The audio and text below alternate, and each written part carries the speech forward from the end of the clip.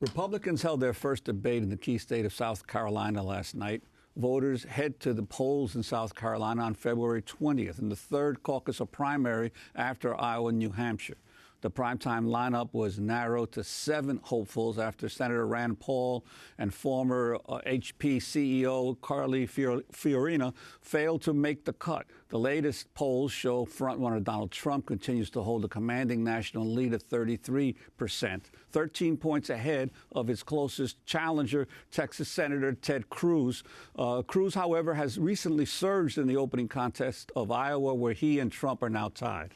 Just before the debate, it emerged that Senator Cruz failed to disclose a Goldman Sachs loan used to finance his 2012 Senate bid in Texas. The New York Times reports Cruz took out loans from Goldman Sachs and Citibank totaling $1 million. Cruz's Senate campaign did not report either of the loans in its filings with the Federal Election Commission. With Cruz in second place, Trump has confronted his top challenger by raising questions about his eligibility to become president, because Cruz was born in Canada to a Cuban father and an American mother. Senator Cruz was asked about his eligibility last night. You know, back in September, my friend Donald said that he had had his lawyers look at this from every which way, and there was no issue there. There was nothing to this birther issue. Now,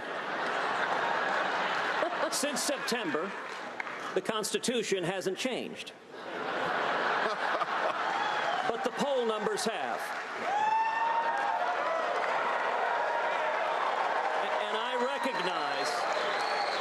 recognize that Donald is dismayed that his poll numbers are falling in Iowa. But the facts and the law here are really quite clear. Under long-standing U.S. law, the child of a U.S. citizen born abroad is a natural-born citizen. If a soldier has a child abroad, that child is a natural-born citizen. That's why John McCain, even though he was born in Panama, was eligible to run for president. If an American missionary has a child abroad, that child is a natural-born citizen. That's why George Romney, Mitt's dad, was eligible to run for president even though he was born in Mexico. Ted Cruz went on to say Donald Trump might not even be eligible because his mother was born in Scotland. Also during the debate, moderator Maria Bartiromo of Fox Business questioned Trump about his call to ban Muslims from entering the United States. Mr. Trump, your comments about banning Muslims from entering the country created a firestorm. According to Facebook, it was the most talked about moment online of your entire campaign, with more than 10 million people talking about the issue. Is there anything you've heard that makes you want to rethink this position? No. That was Donald Trump. No, he said. For more on Thursday's Republican debate, we're joined by 2 guests. Katrina vanden Heuvel is with us, editor and publisher of The Nation magazine, and Tom Turnipseed joins us. He's a self-described reformed racist. He was national director of segregationist Alabama Governor George Wallace's 1968 presidential campaign, but has since become a civil rights attorney and social justice activist. In the late 1990s, he was co-counsel in a lawsuit against the Ku Klux Klan for burning an African-American church in South Carolina and won a $37 million verdict against the Klan. He's also a former South Carolina state senator, and he's joining us from the state where the debate took place last night. He's joining us from South Carolina, from Columbia, the capital. We welcome you both to Democracy Now! Actually, Tom Turnipseed, I wanted to begin with you. The debate took place in North Charleston, South Carolina, to be exact. We were just recently there in Charleston after the killing of the worshipers at Emmanuel Church. North Charleston, though, which is a separate city, is where Walter Scott was killed by the officer Slager, the African-American motorist who was shot in the back repeatedly. Set the scene for us for where this debate took place and the significance of the Republican debate happening in South Carolina, Tom. Well, it's a larger venue where they had it, you know, and I think it was appropriate because North Charleston has the largest venue in the Charleston area.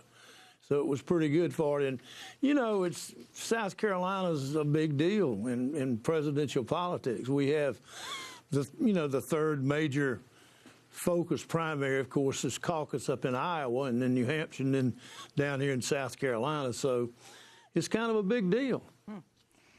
Katrina vanden Heuvel, you heard that first clip that we just played about the eligibility of Senator Cruz that Donald Trump first said it was not an issue, but now, because they are in a close contest in Iowa, continually raises. Well, first of all, I don't think any of them are eligible, considering the failure to address the real issues confronting this country, whether it be economic anxiety or racial injustice. But we need some resolution. There are a passel of constitutional lawyers who should be put in a room and come out and say something. But you saw Ted Cruz very sharp-edged in this nasty, brutish, and overlong debate come back swinging. But I don't think viewers come away with any better sense of it, except that I really do mean what I said, which is that these candidates should be judged, it seems to me, on the issues and not on this kind of new birtherism, which Donald Trump worked desperately against Obama a few years ago. So I mean, it's interesting. Did they talk about Lawrence Tribe in this clip? But they talked about him in the debate last night with Donald Trump and saying that Lawrence Tribe, who was Senator Cruz's professor at Harvard Law School, says the issue isn't settled. He even said, actually, surprisingly enough, about natural-born citizens, Tribe said it wasn't even settled, though more so, with John McCain, who was born in Panama at the base. He says that one, while it seems more obvious, even that is not completely settled. But he says, Ted Cruz, that's a question. Right. Well, the Washington Post ran another op-ed piece this week also saying that there are legitimate questions that have not been resolved about what is the citizen, what does natural-born citizen, as the Constitution defines it, mean, especially when you're dealing with territories, either like in the Panama Canal Zone, it was a territory, it was a military base of the United States, but it was in a different country. And it's even been raised in terms of people born in Puerto Rico, that Puerto Rico is but it belongs to, but is not part of the United States, according to the Supreme Court. So if you're born in Puerto Rico, can you legitimately run for president of the United States, even though you were born a citizen of the United States? So that there's the question of what does natural-born citizen mean is still apparently hasn't been fully resolved, and it may take a Supreme Court case at some point or other to resolve it. I mean, I think it should be resolved, but is this the central burning issue of a Republican debate? Exactly. And it's again, it's driven by Donald Trump, who just has the unerring ability, largely granted by media, to drive the debate, and it dominated last night in ways that I think excluded many other issues that a lot of people would have liked to hear. And Tom Turnipseed, I'd like to ask you about the Donald Trump phenomena and how that might, the resonance it has for you back to the 1968 campaign of George Wallace, and how Trump appears to appeal to the same sort of sector of the society that Wallace appealed to back in 1968. Well, it's basically fear is what they use. Of course, a lot of people in politics use fear. But anyway, with Wallace, it was, fear of the African American people is what he did. They're a lot different in that Wallace was a, kind of a poor middle class guy, and Trump's very, very wealthy. But Trump does the same thing with, the Chinese and the Mexicans and so forth. But, let me jump to one other quick thing. The biggest trouble that what's his name has right now that Ted has is Goldman Sachs. Big time trouble with the Goldman Sachs issue, who just paid this tremendous fine. And there's a movie out now called The Big Short. It's a big movie. And his wife worked for Goldman Sachs. And his involvement there, with Goldman Sachs is really substantial. I mean, it's a big, big issue that he's not going to be able to get away from. And I think that he, he's just not really a populist, so to speak. I mean, or anything close to it. He's tied in with the big, big money folks.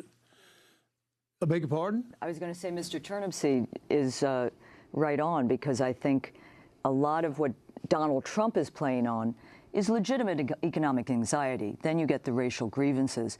But I think there's a lot of us versus them, not left versus right in this country.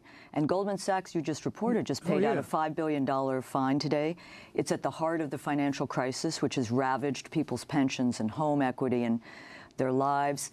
And it's a sweetheart deal. It's emblematic of the very rigged system that Bernie Sanders rails against, and that when they try to, these so-called right-wing populists do, but it's going to hurt them. It's going to hurt them, it seems. We're going to go to break and then come back to this. Cruz got a big loan. He got a big loan to run for the Senate, and his wife works there. Yeah. Well, we're going to continue this discussion when we come back with Tom Turnipseed, the former national director of the segregationist Alabama Governor George Wallace's 1968 presidential campaign.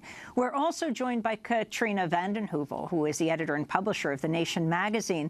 And after we discuss the Republican debate, we'll talk with her about this rare primary endorsement that the nation has made, one of only 3 times in the nation's 150-year history. Stay with us.